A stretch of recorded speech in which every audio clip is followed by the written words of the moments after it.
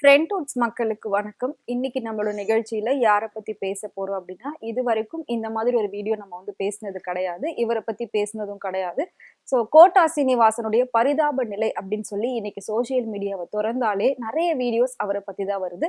So அவருக்கு என்ன நடந்தது, எதனால இப்படி இருக்காரு அப்படின்றத நம்ம ஃபுல்லா பார்க்கலாம். கோட்டா சீனிவாச ராவ நமக்கு தெரியாம கண்டிப்பா இருக்கவே முடியாது. ஏன் அப்படின்னா, ஒரு படத்துல எந்த அளவுக்கு கதாநாயகன் முக்கியமோ அந்த அளவுக்கு அவங்களுக்கு ஈக்குவலான ஒரு வில்லத்தனம், ஒரு வில்லன் முக்கியம். சோ அப்படி இருந்தாதான் அந்த படத்தை நம்மளால கடைசி வரைக்கும் உட்கார்ந்து சுவாரஸ்யமா நம்ம பார்ப்போம். அப்படி இருக்கிறப்போ அந்த வில்லன் ரோலுக்குன்னு ஒரு சிலர் மட்டும்தான் ரொம்பவே ஆப்டா இருப்பாங்க. அதுல ஒருத்தர் தான் கோட்டா சீனிவாச ராவ்.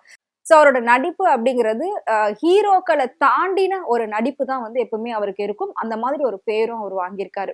அவர் ஆந்திர மாநிலத்தை சேர்ந்தவர் தான். இருந்தாலும் அவரு தெலுங்கு, தமிழ், ஹிந்தி, மலையாளம்னு சொல்லி எல்லா மொழிகள்லையுமே வில்லன் கேரக்டருக்கு மட்டுமே அவர் இருந்திருக்காரு, நடிச்சிருக்காரு.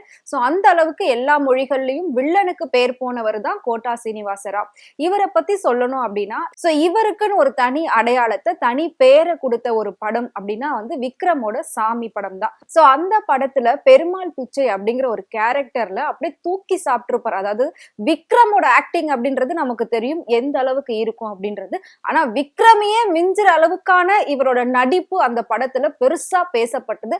சோ அதுல இருந்து இவருக்கு அடுத்தடுத்த பட வாய்ப்புகள் நிறைய வந்தது. எல்லா முன்னணி கதாநாயகன்களுக்குமே வில்லன் அப்படின்னா அது கோட்டா சீனிவாச ராவ் தான். சோ அவரோட சிரிப்பை கூட சந்தானம் ஒரு படத்துல டிஃப்ரெண்டா இருக்கு அப்படின்னு சொல்லி காமெடிக்கு அதை யூஸ் பண்ணிருப்பாங்க. அவரோட சிரிப்புமே ரொம்ப தனித்துவமா இருக்கும். அந்த வில்லன்லயே இவர் கொஞ்சம் டிஃப்ரெண்டா இருப்பார். அதாவது காமெடி பண்ற வில்லன் மாதிரி இருப்பார், ஆனா செய்யற வேலை எல்லாம் பயங்கர டெரரா இருக்கும். அந்த மாதிரி தான் இருக்கும் இவரோட படங்கள், இவரோட ஆக்டிங் எல்லாமே. சோ இவரை பத்தி சொல்லணும் அப்படின்னா, இவர் 250 படங்களுக்கு மேல நடிச்சிருக்காரு. அது மட்டும் இல்லாம சினிமாவில உயரிய விருதா இருக்கக்கூடிய பத்மஸ்ரீ விருதும் வாங்கியிருக்காரு.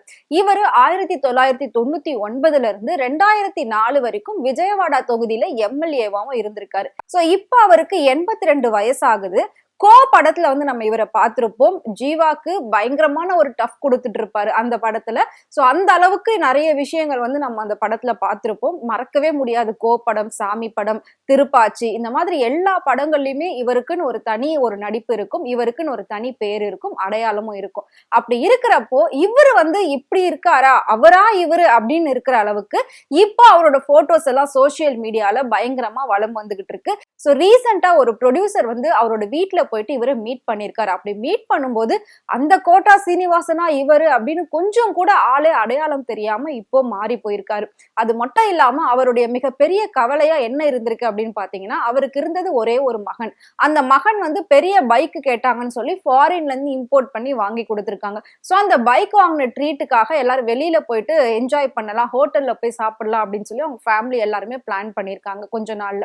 அப்படி இருக்கிறப்போ அவங்க பையன் மட்டும் நான் அந்த பைக்லயே வரேன், நீங்க எல்லாம் கார்ல போங்கன்னு சொல்லி அனுப்பி வச்சிருக்காரு. சோ அவங்க பையன் முன்னாடி போக இவங்க எல்லாம் கார்ல பின்னாடி போயிருக்காங்க. ஆப்போசிட்ல இருந்து வந்த ஒரு வேன் டைரக்டா அவங்களோட பையன் வண்டி மேல மோதி ஸ்பாட்லயே அவங்க பையன் இறந்து போயிருக்காங்க. அதை பார்த்ததுல இருந்து இவர் பாதி உயிர் இவருக்கு அப்பவே போயிடுச்சு. அப்பவே மனுஷன் ரொம்பவே உடைஞ்சு போயிட்டாரு. அதுக்கப்புறம் இப்ப வரைக்கும் ஒரு நடப்பன மாதிரி தான் இருந்துகிட்டு இருந்தாரு. சோ மகன் போன கவலையிலே தான் இவர் இந்த அளவுக்கு உடம்பு சரியில்லாம ஆயிருக்காரு அப்படின்ற மாதிரி அவங்களோட குடும்பத்தார்களும் சொல்லியிருக்காங்க. சோ இப்போ அவருடைய நிலைமையை பார்க்கும்போது ஒரு கால்ல கட்டு போட்டுட்டு மத்த கால்ல சுகர்னால விரல்லாம் எடுப்பாங்க இல்லையா, அந்த மாதிரியான ஒரு தோற்றத்துல ரொம்ப காட்சி அளிக்கிறது ரொம்ப கஷ்டமா இருக்கு அப்படின்னு சொல்லி இந்த ப்ரொடியூசர் அந்த போட்டோ ஷேர் பண்ணி இந்த மாதிரி விஷயங்கள்லாம் போட்டிருக்காங்க. இதை பார்த்த பல பேரும் சினிமால இருக்கிற எல்லாருமே பாத்தீங்கன்னா அவர் சீக்கிரமா பழைய நிலைமைக்கு மாறணும், அவரோட உடல்நிலை சரியாகணும் அப்படின்னு சொல்லி நிறைய பேர் ப்ரே பண்ணிருக்காங்க. அவருக்கு என்ன உதவிகள் வேணுமோ அது எல்லாமே செய்யறதுக்கு தயாரா இருக்கும் அப்படின்னு சொல்லி ரசிகர்களும் சொல்லிக்கிட்டு இருக்காங்க, சினிமா நடிகர்களும் சொல்லிட்டு இருக்காங்க.